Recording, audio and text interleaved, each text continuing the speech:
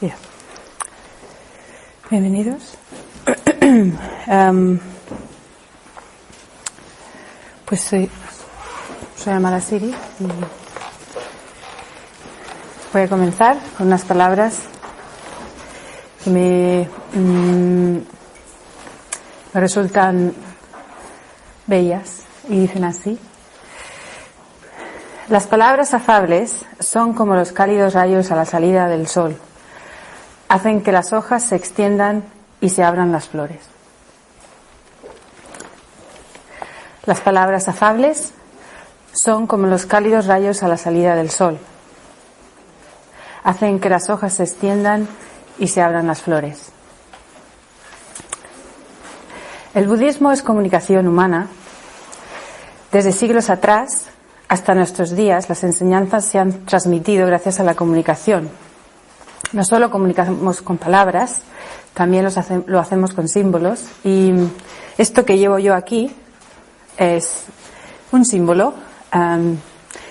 Quiere decir que soy miembro de la Orden Budista Triratna y que aquí llevo los 3 valores más importantes de un budista, que son las 3 joyas o los 3 refugios, y que aparecen en forma de lágrimas en 3 colores, en amarillo, azul y rojo. Y son los 3 valores que para mí, como budista, simbolizan dónde yo quiero poner mi atención, qué es lo esencial en mi vida. El Buda, que es el refugio del ideal, del potencial al que puedo llegar, al que todo ser humano puede llegar, potencial de compasión y sabiduría máximos del corazón humano. Aquí tenemos un Buda gigante. El ideal, el Buda, el Dharma, que es el camino, la manera, las herramientas que nos ayudan a llegar ahí, a ese potencial, y la Sangha, la comunidad de personas que deciden que esa es la cosa más importante de su vida, ese vivir el camino. Y Buda quiere decir despierto, despierta. Y el Buda no era una persona ordinaria, ni tampoco un dios, ni el hijo de un dios, sino lo que era un ser humano iluminado. Y se cuenta que cuando se iluminó, vio a la humanidad como lotos, nos vio como flores, y lotos de color rojo, de color azul y de color blanco, en diferentes niveles de crecimiento. Y para él fue una visión de ver el potencial que él había alcanzado en sí del ser humano y verlo en ese potencial de crecimiento que hay, ¿no? Y decidió dedicar su vida a transmitir lo que él había encontrado. Para mí, el budismo es una comunicación, es un intercambio, una relación. Y paradójicamente, como leemos en este libro que tengo aquí, de Sangharakshita, fundador de la Orden Budista Triratna y del movimiento, él nos dice que paradójicamente hay un lenguaje, pero no hay nada que comunicar, ¿no? Dice que porque lo que se intenta comunicar está más allá de la comunicación. Y dice que el único objetivo de intentar comunicarlo es ayudar a la otra persona a comprender que lo que uno intenta comunicar está más allá de toda comunicación. Y al decir esto, lo has comunicado realmente. Esas son las misteriosas palabras de Sangharakshita acerca de la intención de comunicar algo que va más allá de la comunicación en palabras. Y dice que el budismo es tan solo un medio para alcanzar un fin. Y de nuevo, en palabras de Sangharakshita, él dice que el budismo, que la clave es la conciencia, el autoconocimiento, y de nuevo, de un modo paradójico de exponerlo sería decir que la meta del budismo consiste en ser total y enteramente conscientes en todos los niveles de nuestra necesidad de alcanzar un objetivo.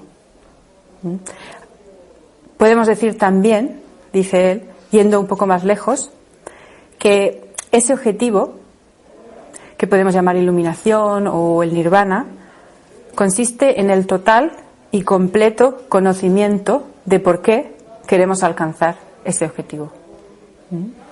Es decir, es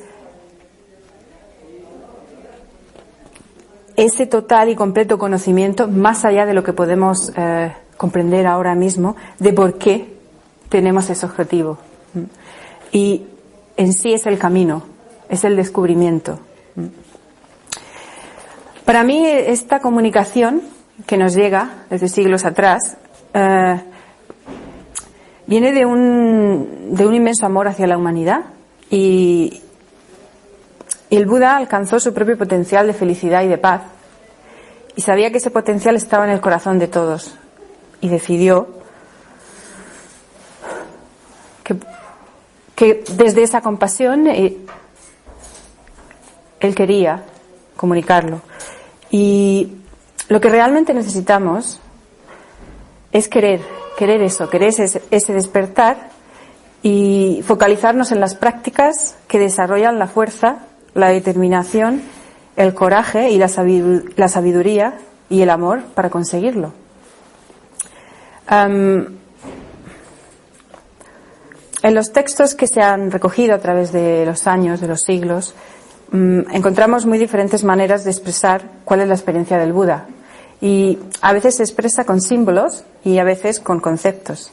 Hay un concepto que se llama la coproducción condicionada, que es la manera en que se ha traducido el sánscrito Praticca Samutpada, que es como si dijéramos, se considera la coproducción condicionada la expresión conceptual más básica de la experiencia espiritual del Buda. Y básicamente lo que esto es que todo lo que surge lo hace en dependencia de condiciones y deja de surgir cuando estas condiciones no están.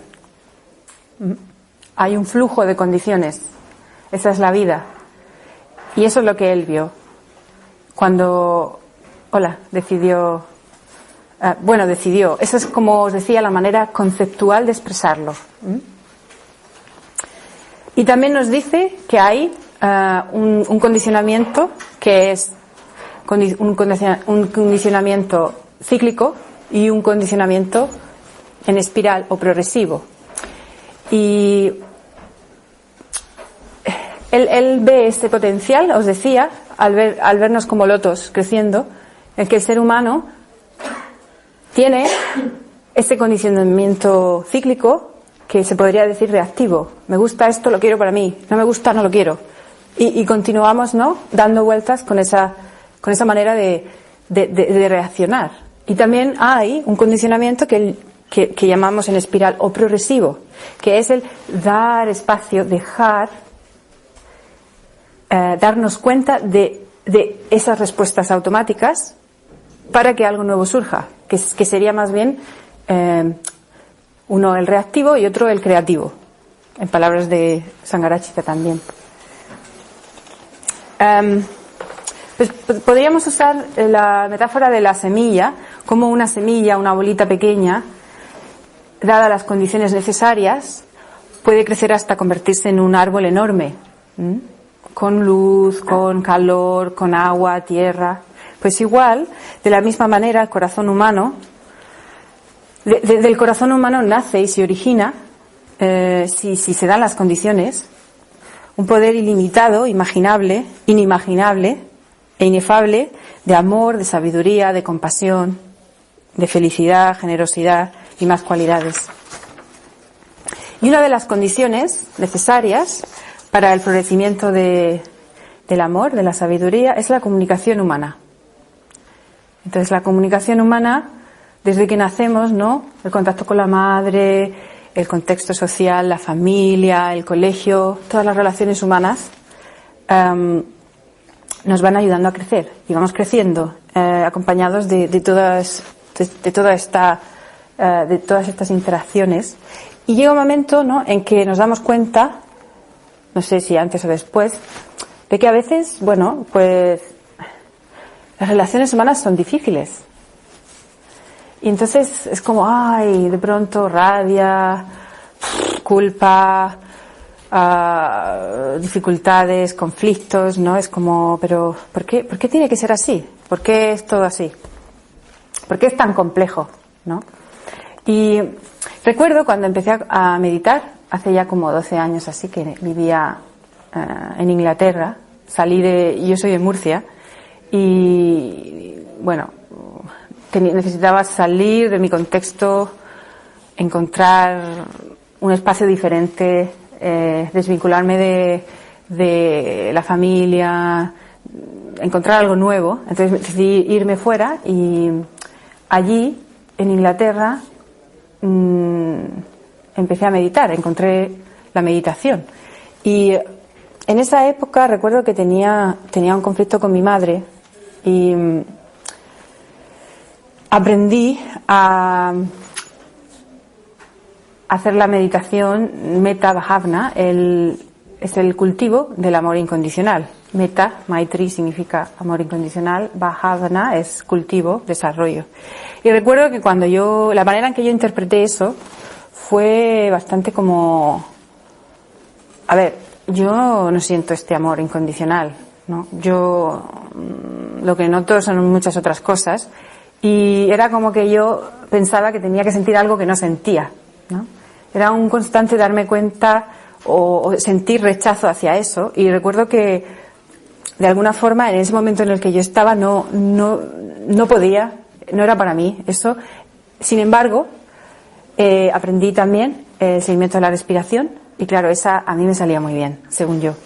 Entonces yo continuaba haciendo esa meditación porque para mí era algo que me salía bien, según mi propio criterio. Lo otro no me salía tan bien porque sentía mucha confusión, y mis emociones estaban, sobre todo, rechazo. Entonces, poco después,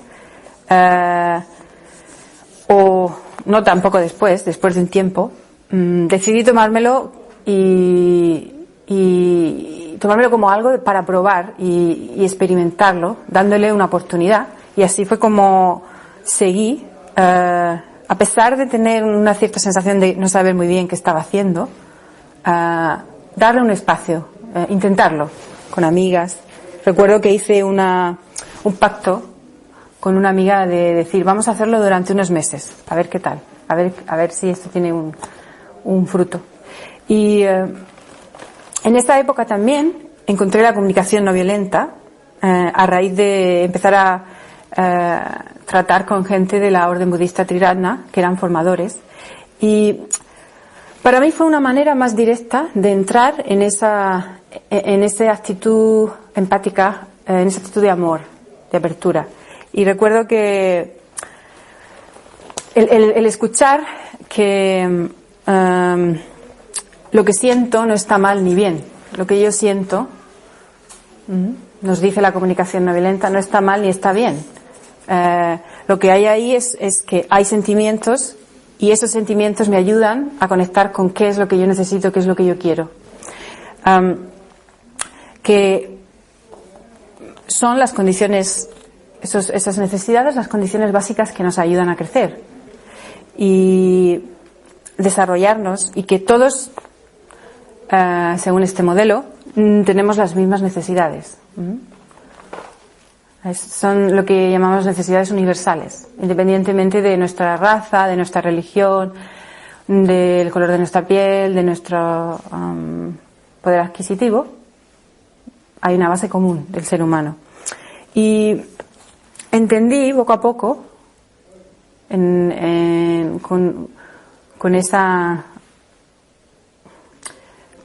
condiciones de comunicación, apertura, meditación, con lo que encontré allí, que la aversión que sentía y la rabia que sentía hacia mi madre me estaba diciendo que tenía necesidades no cubiertas, y que no era que yo era una mala hija o que ella era una mala madre, según una versión u otra que quiera poner, sino que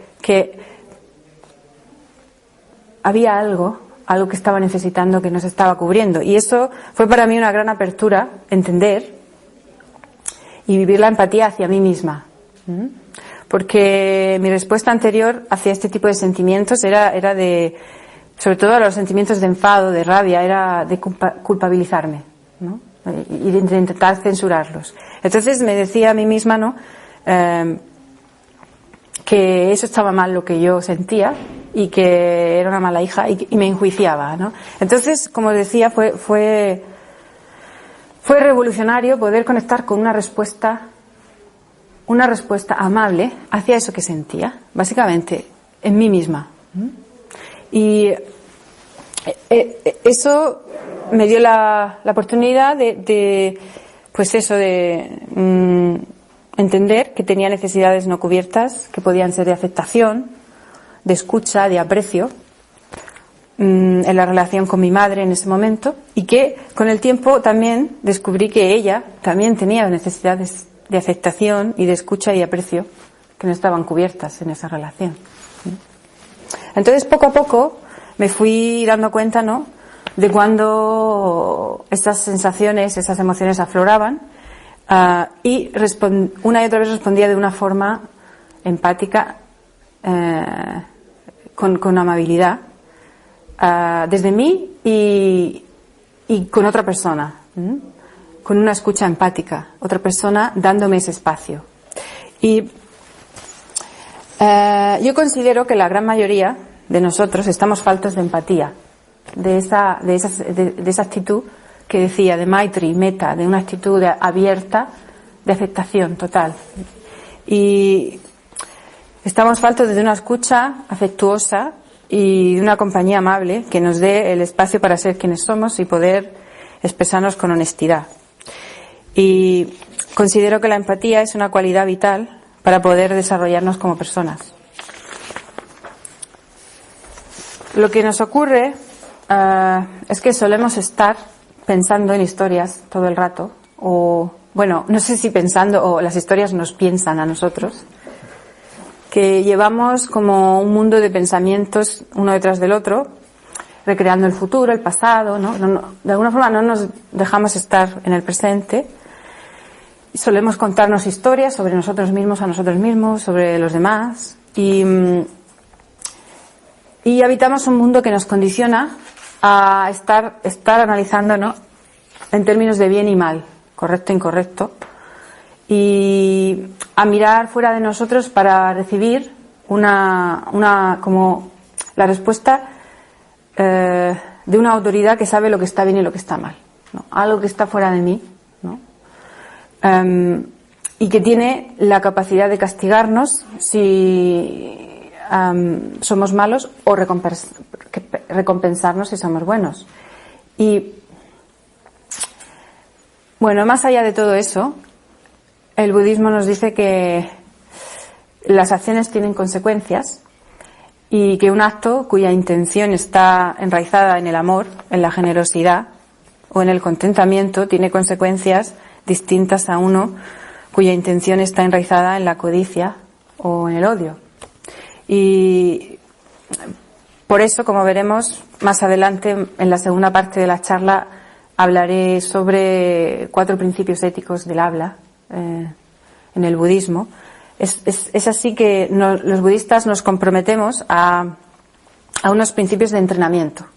Y para cultivar, lo que estamos intentando es cultivar estados mentales que nos permitan tener espacio, meditar, reflexionar, estar más conscientes de nosotros mismos y de los demás y de lo que nos rodea para poder ver con más claridad, para poder tener una conciencia que puede ver las cosas tal y como son. Una luz, de ahí supongo que la palabra iluminación. Creo que necesitamos desarrollar esa capacidad de conectar con nuestro interior y con una atención consciente y con meta, esa cualidad de la que hablaba de de amor, de apertura, que no juzga, que es receptiva, es una receptividad amable a lo que está presente, y conectar con los demás a través de esa confianza y de ese amor propio, y establecer relaciones que nos ayuden a comunicarnos con profundidad y con honestidad y con amor. Y algo que me pregunto es ¿cómo puedo hablar francamente? ¿Cómo puedo decir lo que realmente pienso y siento si tengo miedo de que me juzguen y me rechacen, ¿no? En relación a lo que os decía anteriormente de sentirme culpable o sentir rabia.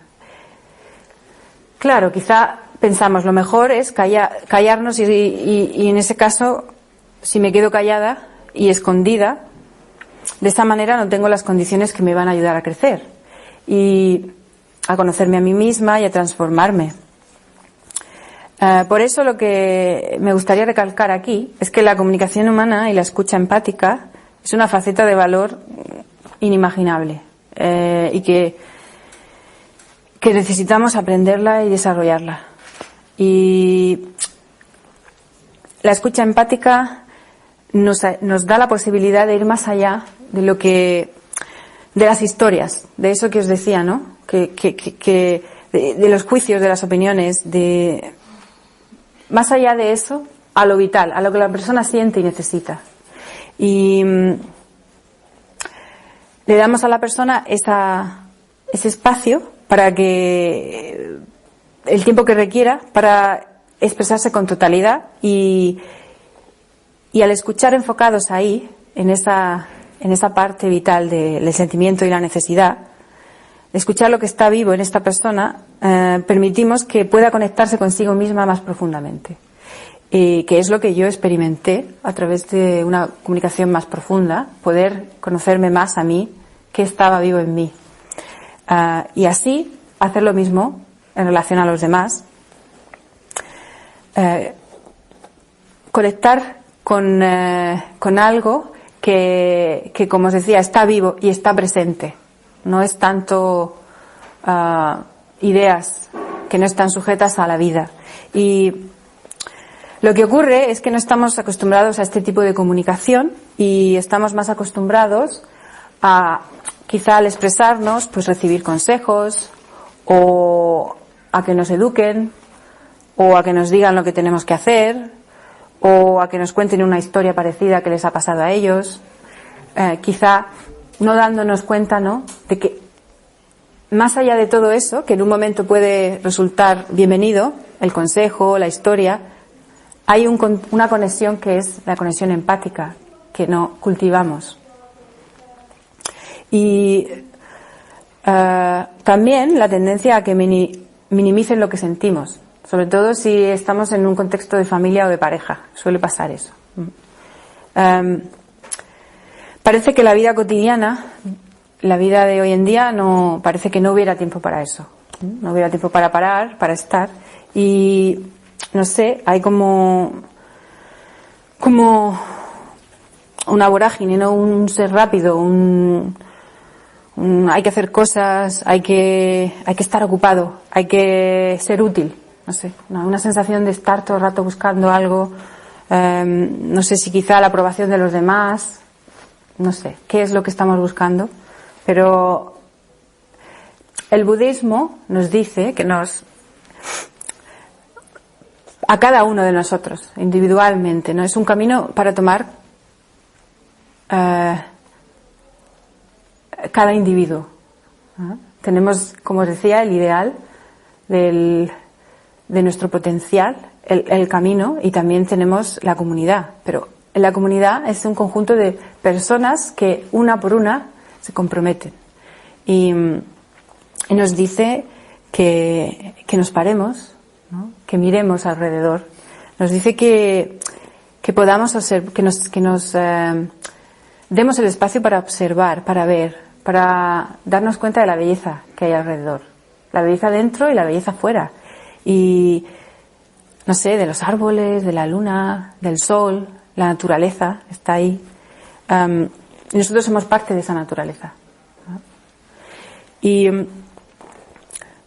nos dice eso, mira a tu alrededor, mira la belleza de que eres parte, pero también nos dice, mírate a ti, mira qué pasa dentro. Observa tu cuerpo, tus pensamientos, tus emociones, observa que estás en este momento, que estás pensando, que está vivo en ti. ¿Qué vas a hacer con tu vida? Nos dice. ¿Qué quieres hacer con tanta vida? Estamos vivos, estamos aquí.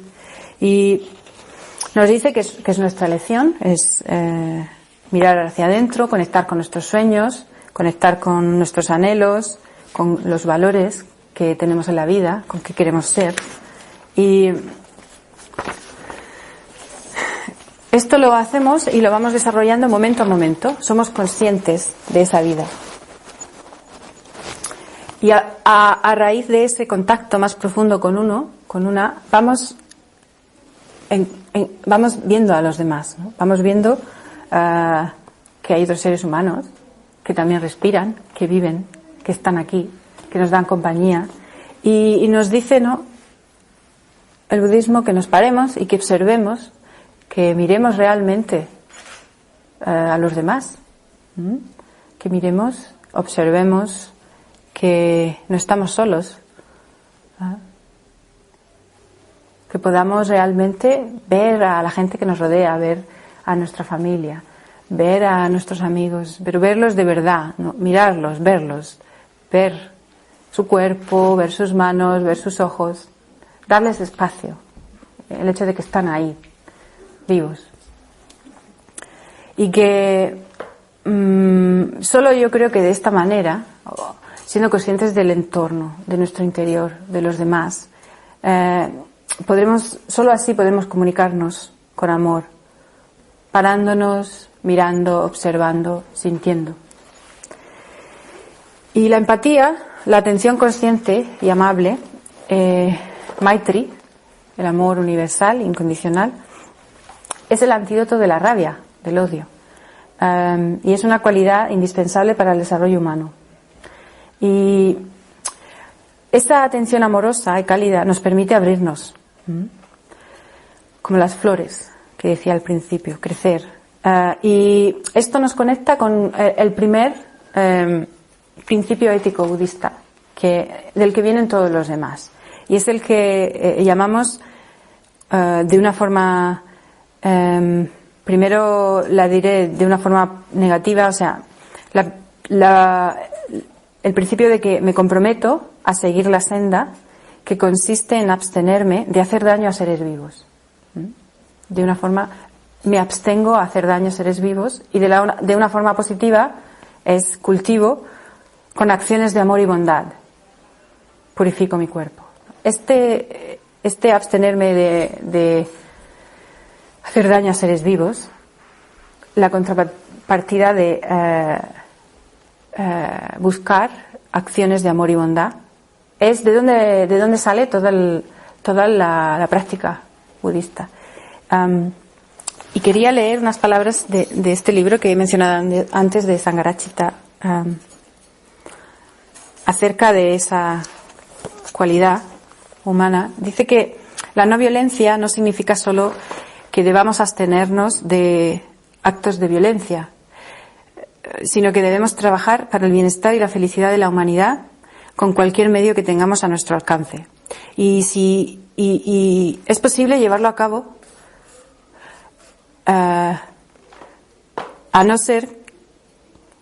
no es posible llevarlo a cabo a no ser que nuestro corazón esté lleno de amor por los seres.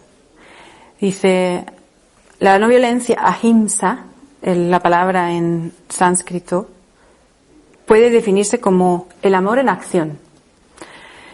Si queremos que nuestras acciones no causen daño y sean útiles, debemos cultivar todo el tiempo una mente llena de amor.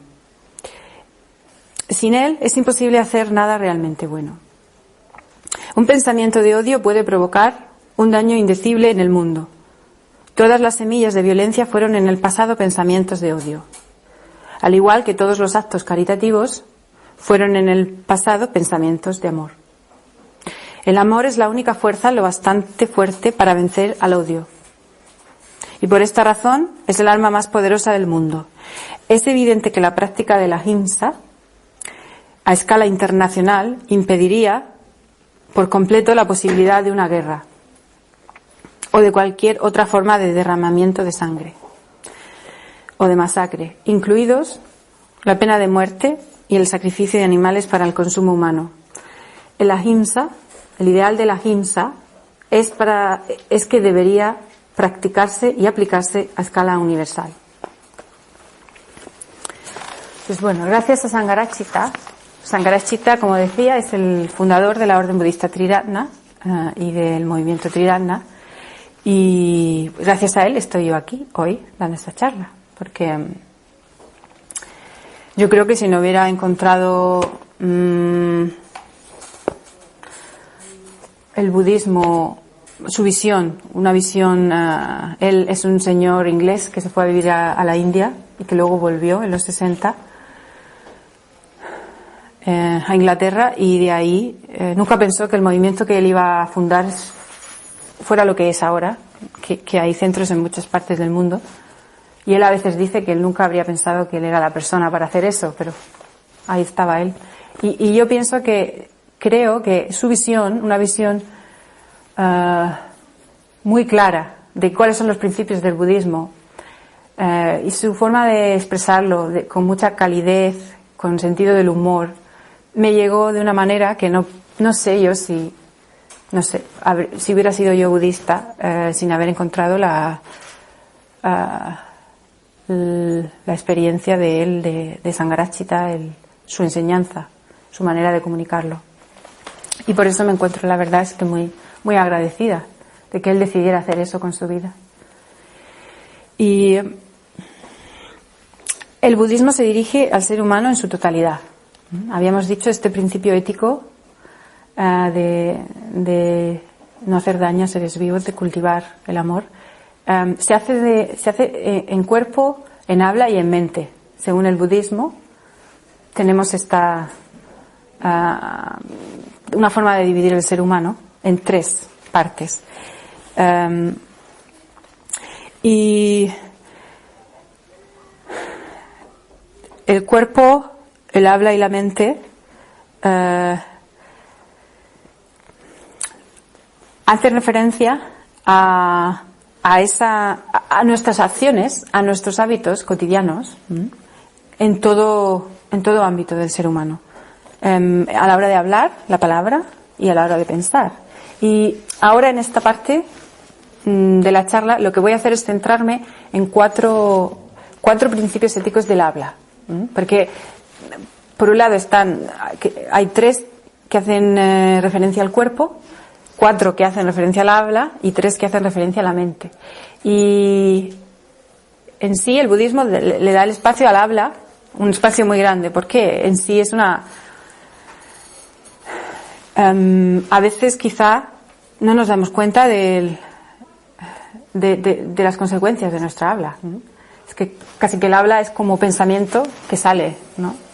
Y a veces no percibimos la fuerza que tiene, y la fuerza que tiene de una manera y de otra, las consecuencias, que pueden ser consecuencias hábiles o torpes.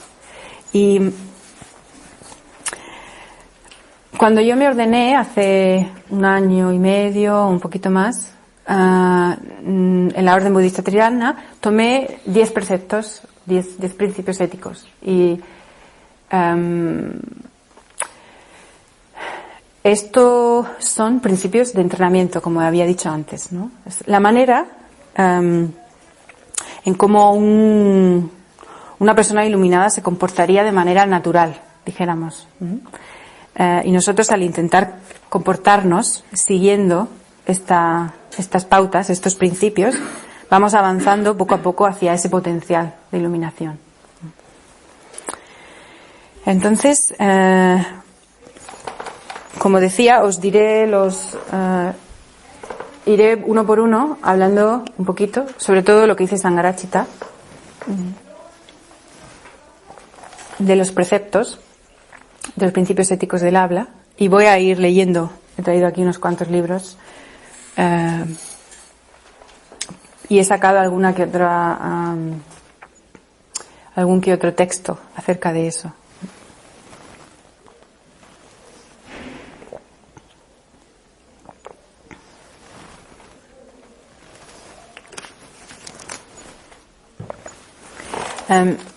El primero de los del habla dice que es el principio de abstenerse de hablar con falsedad. La contrapartida es la veracidad. Y desarrollar un habla veraz. Y nos dice Sangharakshita aquí que si queremos decir la verdad en su sentido más amplio, o al menos en un sentido más pleno del que normalmente se entiende, dice, debemos aclarar nuestras ideas. Debemos introducir algún tipo de orden en nuestro caos intelectual. Debemos saber, con bastante claridad, con bastante precisión, qué pensamos y qué no pensamos, qué sentimos y qué no sentimos, y estar intensamente alerta. Tenemos que saber lo que pasa en nuestro interior, nuestras motivaciones, tendencias e ideales, y esto quiere decir que debemos ser completamente honestos con nosotros mismos. También significa que debemos conocernos a nosotros mismos. Si no nos conocemos a fondo, si no podemos penetrar hasta las profundidades de nuestro yo y ser verdaderamente transparentes, si no hay ninguna claridad o luz interior, entonces no podemos decir la verdad. Y no solamente se trata de no decir mentiras, como como habéis oído, sino que es desarrollar una actitud de sinceridad, una actitud honesta, de saber lo que está vivo en mí y de ser conscientes de lo que me ocurre. Y tomando de nuevo el ejemplo, ¿no?, de encontrándome a mí misma, de saber cuando estoy enfadada, cuando siento lo que sea, ¿no?, si tengo envidia o miedo o celos, estoy consciente. Si estoy consciente, puedo expresar eso con transparencia, y aún más, no tengo la posibilidad de no actuar llevada por estas emociones. En vez de intentar ignorarlo, o reprimirlo, o censurarlo, como decía antes, es darle el espacio y darme ese tiempo para que pueda encontrar qué es eso, ¿no? Esa incomodidad que está ahí me está dando información, ¿no? ¿Qué está pasando ahí? ¿Qué estoy queriendo que no está ahí? Y aunque a lo mejor no lo tenga muy claro y no lo sepa, si me estoy dando el espacio, puedo conectar, ¿no? Hay la posibilidad de conectar con eso.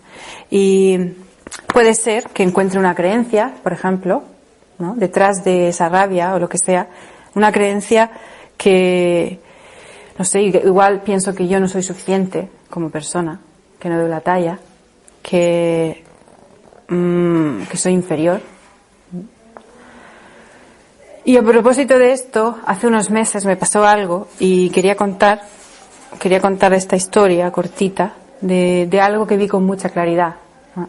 De eso de qué hay detrás, cuando le estoy dando espacio y soy consciente qué hay detrás de eso. Y es una historia en la que yo una mañana me levanté y me sentía muy enfadada.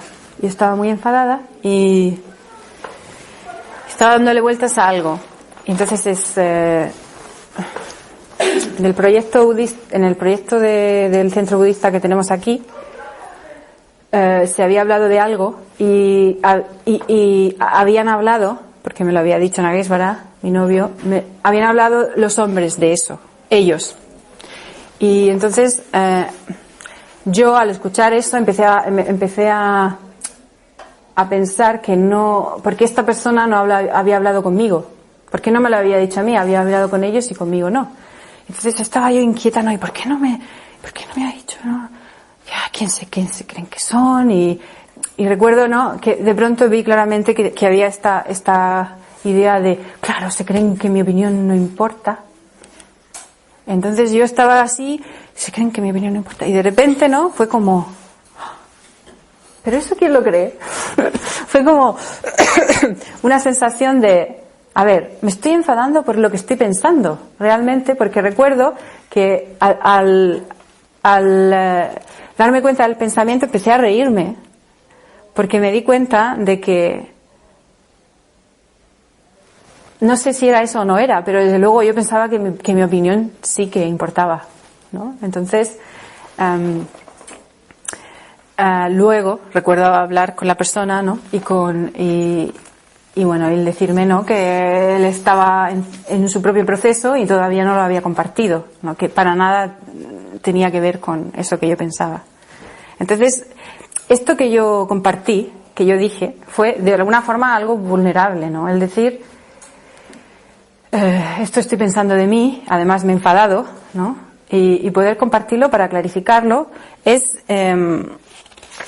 algo que en budismo hablamos, es una práctica que se llama confesión de las faltas. Cuando me doy cuenta de un comportamiento, ya sea un pensamiento, ya sea algo verbal o algo que he hecho, que no está en armonía con mis valores y puedo expresarlo. Entonces, esta práctica, que es para mí como una manera, la manera, como si dijéramos, más veraz de comunicación con otro ser humano, se hace con una persona que realmente sabe qué es lo que estoy haciendo, ¿no? En el contexto de la sangha, de la comunidad espiritual, donde puede verme y puede recoger lo que estoy diciendo, ¿no? No cualquier persona que te dice, bueno, no te preocupes, eso no pasa nada. No, tiene que haber una transmisión clara de lo que estoy haciendo. Y entonces, al expresar, ¿no?, ese comportamiento, lo que estoy intentando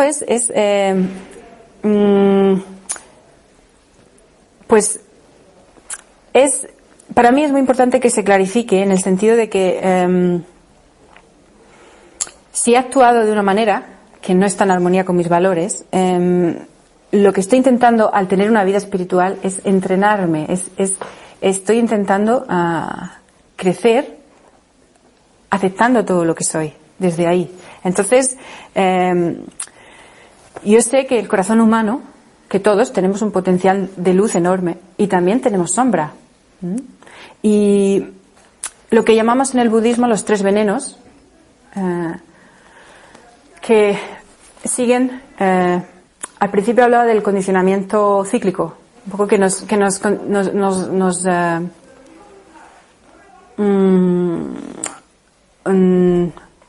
dejan viviendo de una forma automática, reactiva, cíclica, ¿no? Y que no nos está dando, o no me está dando lo que yo estoy buscando, ¿no? Hace poco, escuchando una charla, alguien decía, ¿no?, nosotros no queremos, hacía una metáfora de surfing, ¿no? Decía, no estamos aquí para hundirnos, sino para surfear, ¿no? Entonces es como este condicionamiento cíclico que está estancado, ¿no? Yo no estoy aquí para eso, yo estoy aquí para surfear, ¿no?, para ir más allá. Y esta práctica que os decía, de expresar esa confesión de las faltas, me está ayudando a hacer eso. Y aceptando esos venenos, ¿no?, la avidez o la codicia, el odio y la ignorancia, como parte también mía. Y no es que esto, de nuevo, no es que esto lo tengamos porque somos malos. Yo esta perspectiva la he ido trabajando mucho, ¿no?, porque había cierta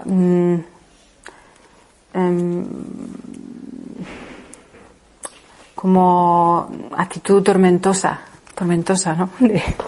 Soy mala persona y tal.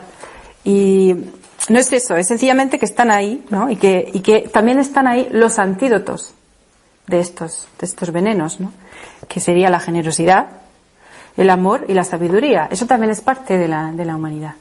Y cuando hacemos esta práctica de confesión, no estamos confesando pecados ante una autoridad que nos juzga, estamos reconociendo que tenemos límites y que nos arrepentimos de cuando no actuamos en armonía con nuestros valores.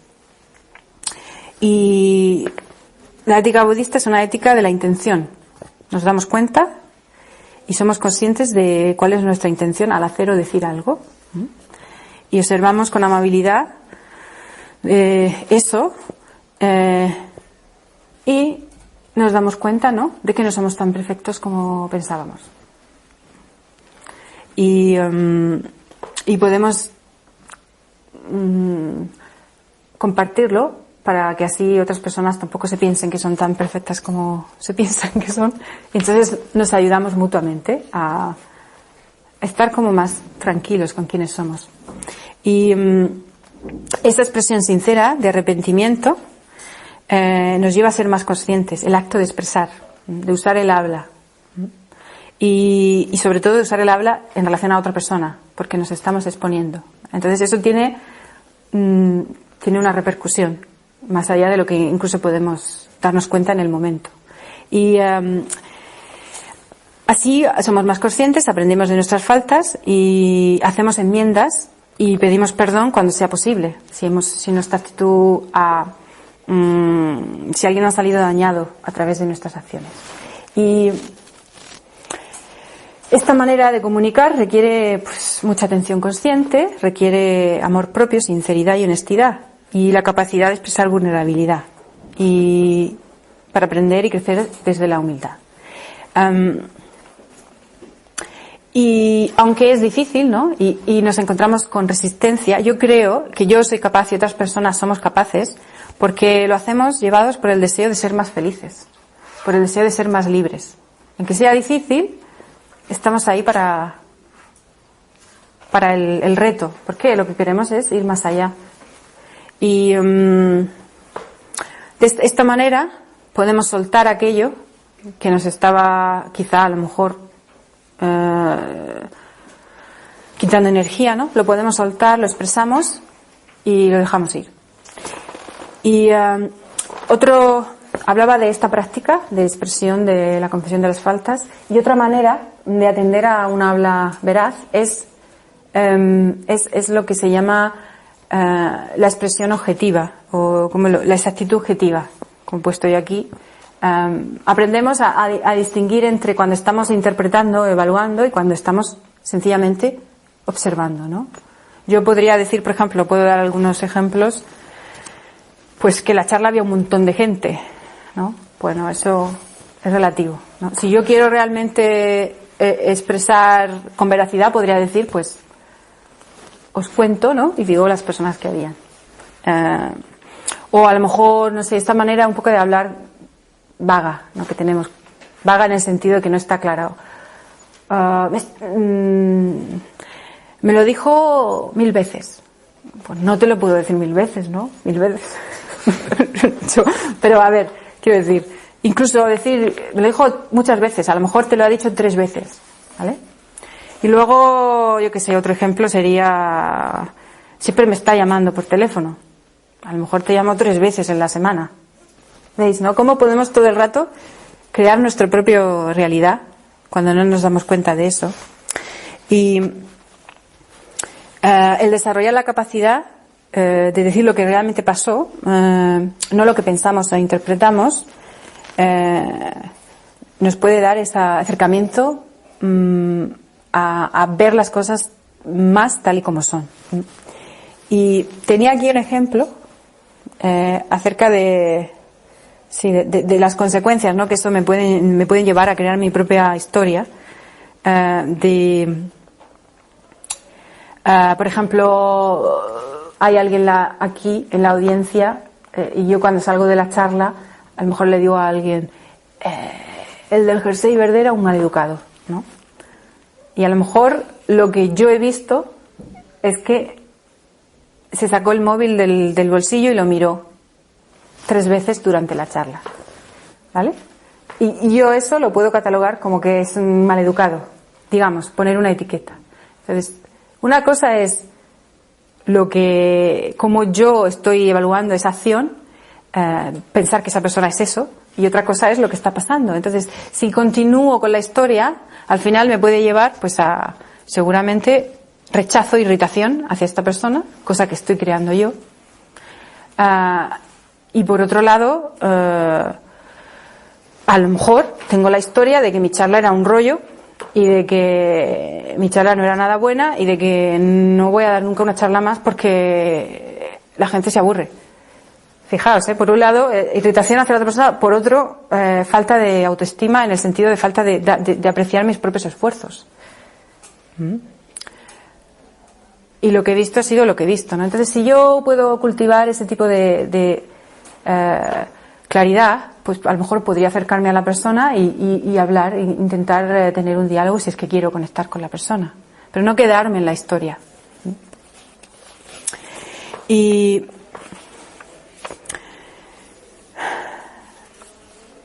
con la comunicación no violenta lo que yo encontré fue una manera de cultivar veracidad de una forma que no he encontrado antes, ¿no? Y sobre todo del querer tomar responsabilidad de cómo me siento yo, de que mis sentimientos tienen su raíz en mis necesidades y de tomarlo eso como manera de poder expresarme desde mí, y no poner la responsabilidad fuera en los demás. Y continúo ya para acabar. Tengo 3 principios más de ética, la ética del habla. El siguiente que tengo es el principio de abstenerse de hablar con rudeza, es hablar con afabilidad, con amabilidad. Y es cultivar, ¿no? Es el principio ético del habla, que es cultivar un habla afectuosa. Y no hablar con rudeza no significa simplemente no decir palabrotas. Aunque eso también es parte de ese tipo de habla. Es desarrollar una comunicación que tenga en cuenta a la otra persona y que realmente vea al otro.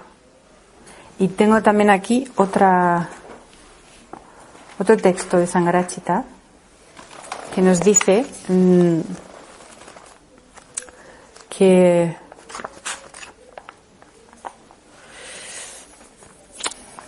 dentro de este contexto, amor significa tener conciencia de la otra persona. Y por lo tanto, si no la conocemos, ¿cómo podremos hablarle con afecto? Es sencillamente imposible. Por supuesto, nos gusta pensar que sentimos amor hacia los demás y que somos afectuosos, pero muy pocas veces es así. Dice, normalmente vemos a otras personas a través de nuestras propias reacciones emocionales hacia ellos. Reaccionamos emocionalmente de cierta forma y luego les atribuimos esta reacción emocional como si fuera una cualidad suya. Si, por ejemplo, una persona hace lo que a nosotros nos gusta que haga, decimos entonces que es buena, amable y servicial. No estamos realmente comunicando con esa persona.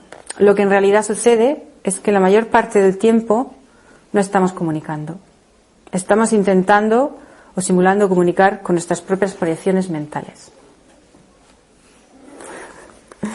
Dicen que particularmente es cierto en el caso de aquellos que están supuestamente cerca de nosotros, ¿no?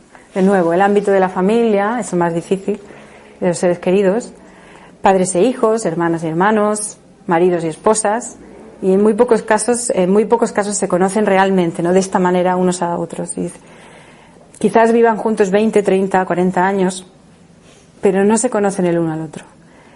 Conocen las propias reacciones que tienen hacia el otro y creen que lo conocen, pero en realidad no es así. Lo único que conocen son sus propias proyecciones mentales y su estado emocional.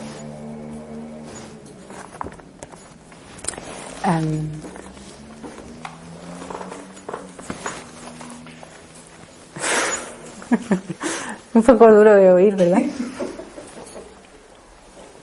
Es que Sangharakshita no quiere que nos durmamos.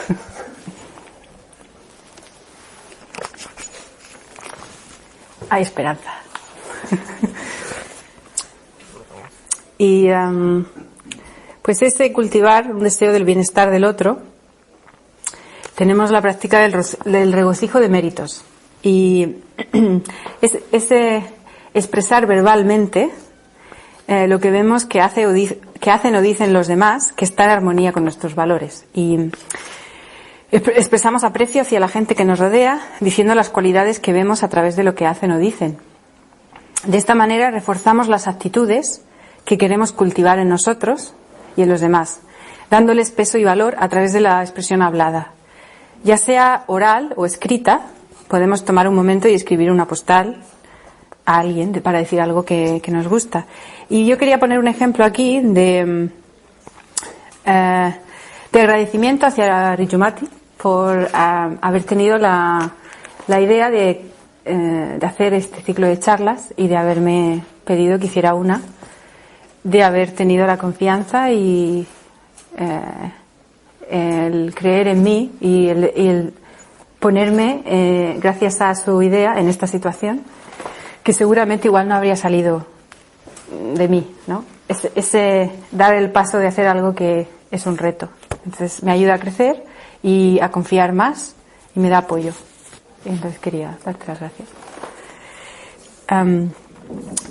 El tercer y casi penúltimo, es el principio de abstenerse de hablar de banalidades. Habla significativa o útil.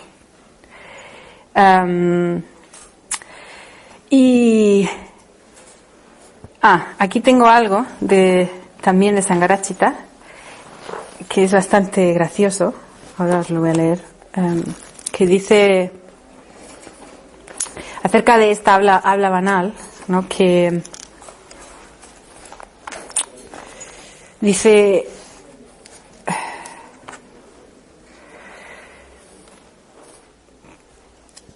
página 111, en un pasaje que aparece en más de una ocasión en las escrituras Pali, el Buda enumera 32 clases de conversaciones frívolas, superficiales, inútiles o banales, en la que sus discípulos no deben caer. Y dice, 2500 años más tarde, existen al menos, gracias a la radio, la televisión y la prensa. Claro, en su tiempo, cuando escribió esto, no estaba en todas las otras cosas, en YouTube y todo. Dice, gracias a eso, ahora hay 32.000 clases, y es más importante que nunca tener en cuenta el principio que incluye listas de este tipo. Dice, o sea, el principio de abstenerse de hablar de banalidades. En términos de su formulación positiva, hablar de cosas significativas. Pero esto no quiere decir, ¿no?, que estemos todo el rato hablando del Dharma, ¿no? Pero ¿qué es el Dharma en realidad? Al principio os hablaba, ¿no?, de el camino, de las herramientas. Y hay aquí algo que también quiero leer ahora, acerca de eso, ¿qué es el Dharma?, ¿no? Hay un pasaje en las escrituras Pali que dicen la tía del Buda, que también fue madre adoptiva, en aquella época en la que el Buda también vivía, también se sentía bastante confusa, ¿no? Pero ¿qué es el Dharma en realidad? ¿Qué? ¿No? Oigo esto, oigo lo otro, oigo cosas que son contradictorias. Y él le responde esto, le dice que siempre que descubras que la práctica te conduce a la paz mental, a la pureza, a la soledad, a poseer menos deseos, a estar satisfecha, a una clara visión y sabiduría, a despegarte del mundo y a comprender lo trascendental, todo cuanto encuentres en tu experiencia que te conduzca a estos fines, considéralo como mi Dharma, como mis enseñanzas. Entonces, eso quiere decir que podemos tener conversaciones muy significacativas y no estar, estar hablando específicamente de este sutra, de este... no, eso es algo que a lo mejor pueden hacer los eruditos, pero que que es hablar de lo que nos ayuda a desarrollarnos como personas, como individuos, las artes, la cultura, el silencio compartido, las prácticas, ya sea de cualquier tipo de movimiento, algo que nos ayude a conectar con nosotros mismos y estar en la naturaleza.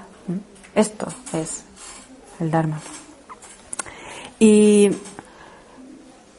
el cuarto y el último nos dice que es el principio de abstenerse de difamar. Es decir, es una habla que promueve la concordia y la unidad. Y nos cuenta en las escrituras que cuando uno tiene que estar muy consciente de que si oye una cosa aquí, no va a decírselo a otra persona para crear una disputa, ¿no? Pero no es tanto evitar eso, sino tomar iniciativa y tomar cualquier oportunidad para poder crear esa concordia y esa unidad. Y, por ejemplo, una manera es expresando agradecimiento y aprecio cuando se siente, no dejar pasar el momento. Y también activamente, cuando escuchamos algo aquí de alguien que nos dice que algo le ha parecido, le ha gustado y lo aprecia de una persona, cuando encontramos a esa persona, poder decírselo, poder tomar esa comunicación y que le llegue, ¿no?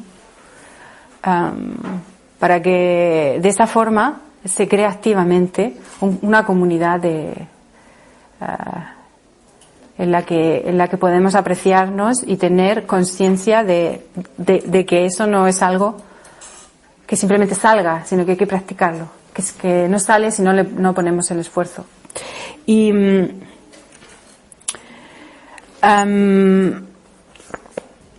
en resumen, la parte final de la que he estado hablando nos habla de eso, de un habla, del cultivo de un habla que sea veraz, afectuosa, útil y que promueva la concordia. Y voy a acabar con las palabras con las que he comenzado, que son palabras que he recogido en alguno de creo que en los pilares del budismo, los preceptos, palabras de Sangharakshita. Las palabras afables son como los cálidos rayos a la salida del sol. Hacen que las hojas se extiendan y se abran las flores. Muchas gracias.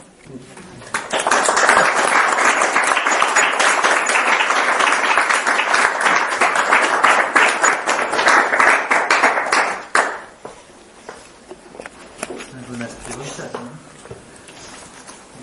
Sí, a ver, ha sido bastante más larga. Como hemos comenzado a las 8:30, no hemos comenzado a las 8:30, ahora mismo son las 10 menos cuarto. Más tarde de lo que yo pensaba. Vale, hasta luego. Si hay algo inmediato, ¿alguna pregunta? Si no, podemos dejarlo aquí.